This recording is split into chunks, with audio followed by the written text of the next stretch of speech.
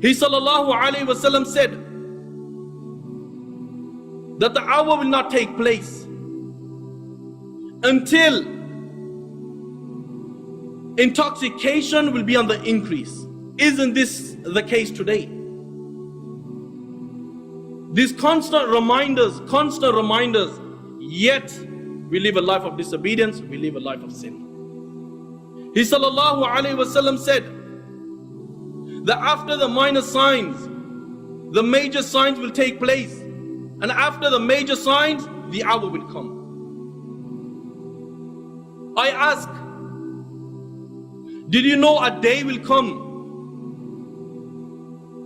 that a child will try to behead his own father? I ask, did you know a day will come that a mother of two, she will take her daughters, Muslims, she will take her daughters clubbing, and when she is asked, where is your husband? And she will reply by saying that he is on a taxi job. I ask, did you know a day will come that a child, the age of 11, he will return home one day and he will rape his own two little sisters, and he will say, I've learned this in school. I ask, did you know a day will come that they'll have a homosexual imam and there'll be homosexuals praying behind them and they will think it's normal? I ask, did you know a day will come the father and daughter are watching a film, time passes, and they commit zina with each other? I ask, did you know a day will come that when a Muslim is told to hold the Quran in the city center, he will say, brother, my mates are watching me. Don't tell me to hold the Quran. People are going to laugh at me. The girls are going to laugh at me. And when he's told, brother, put it in your bag, he will say, I could not take the risk. Why? Because people are watching me. So one of the brothers puts this Quran, the book of Allah, in the bag for him, and he hands it to him, and he says, brother, don't give it to me, give it to my mate, he will carry it for me. I asked, did you know these days will come? He sallallahu alayhi wasallam said that time will come that people will be committing sin, and all of a sudden people's faces will be transformed into monkeys and pigs. And the same winds that destroyed the people of Lut, the same winds, the same stones will come and destroy these people. The same stones will destroy these people. The same winds that destroyed the people of Ad, the same winds will come and will destroy these people. And the earth will be open and it will take them in, and down they'll go, right till the day of judgment. The day of judgment is close. But in spite of this, we brush it under the table. He sallallahu alayhi wasallam said that for 40 years there'll be no iman. Whether it's in Medina, whether it's in Sham, whether it's in Bosnia, whether it's in Chechnya, whether it's in Afghanistan, whether it's in Pakistan, there will be no iman. And then all of a sudden, on a Friday, he sallallahu alayhi wasallam said that the hour will come, it will come on a Friday. He sallallahu alayhi wasallam said that the hour will come all of a sudden without you even realizing it. He sallallahu alayhi wasallam said that before a transaction takes place, the hour will come. Before the person lifts a morsel to his mouth, before the morsel reaches his mouth, the hour will take place. And Allah the Almighty will order Israfil alayhi salam to blow through the horn. This angel is such that his eyes are fixed on the throne of the Creator. This angel is such the one ring of his horn is bigger than the east and west put together. This angel is such that he does not blink. Why? Fearing that he'll miss the command of Allah. And when he blows through the horn, the Himalayas, the K2, the Everest, they will come to an end. The hadith of Abu Huraira comes to mind that the earth will shake, and the earth will shake in such a manner. Allahu Akbar, Allahu Akbar. You will see it will be like a vessel in the middle of the ocean getting battered by tornadoes. The horn is so terrifying. Allahu Akbar. You will see a mother who's got a baby in her stomach.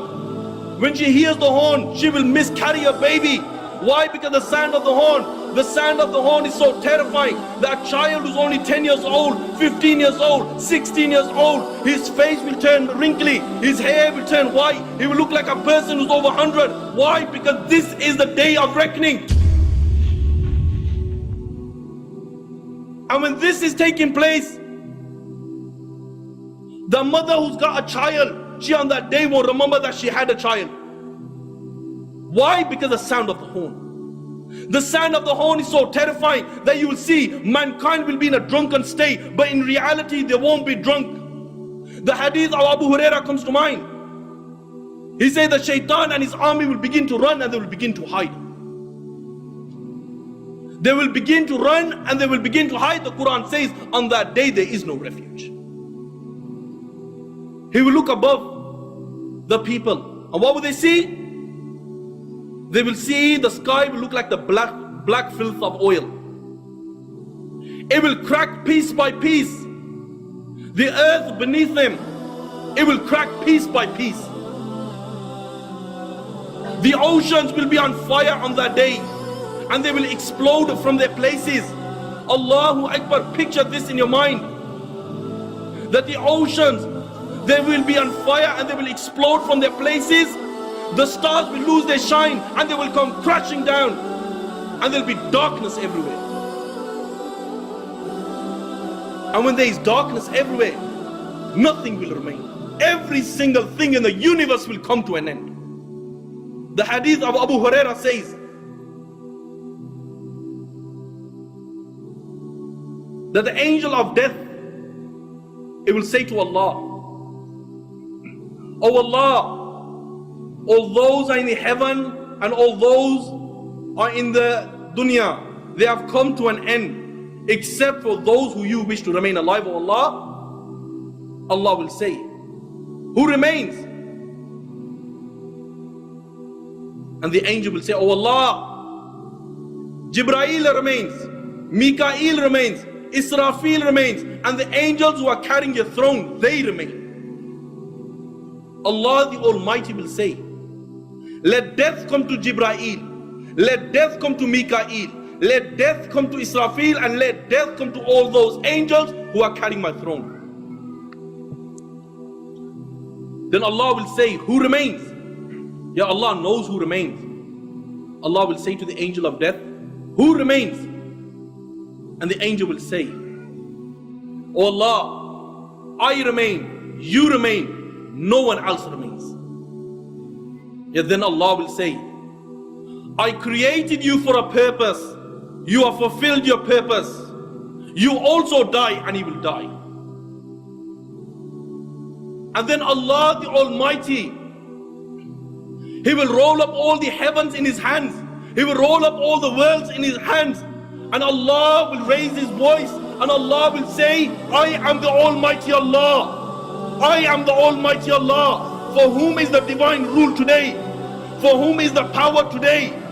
For whom is the kingdom today? I am the King of all kings. Where are your dictators? Where are your oppressors?" No one will answer.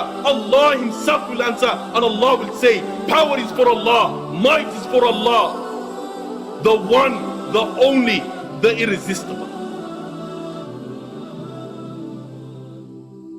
And when this happens, the narration says, the earth will be made flat and will be like a stretched rubber.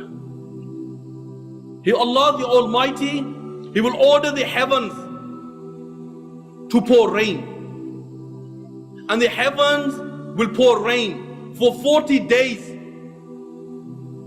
And the water, a certain liquid that is classed as water, will reach 12 cubic.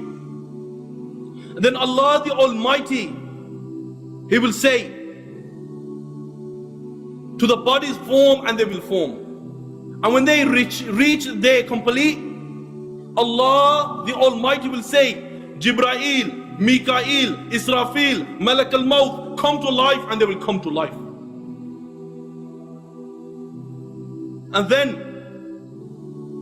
Allah the Almighty will say, bring the souls. And the souls of the believers will come, and they will be bright. Then the souls of the disbelievers will come, and they will be borne on the plain, and they will be dark and murky.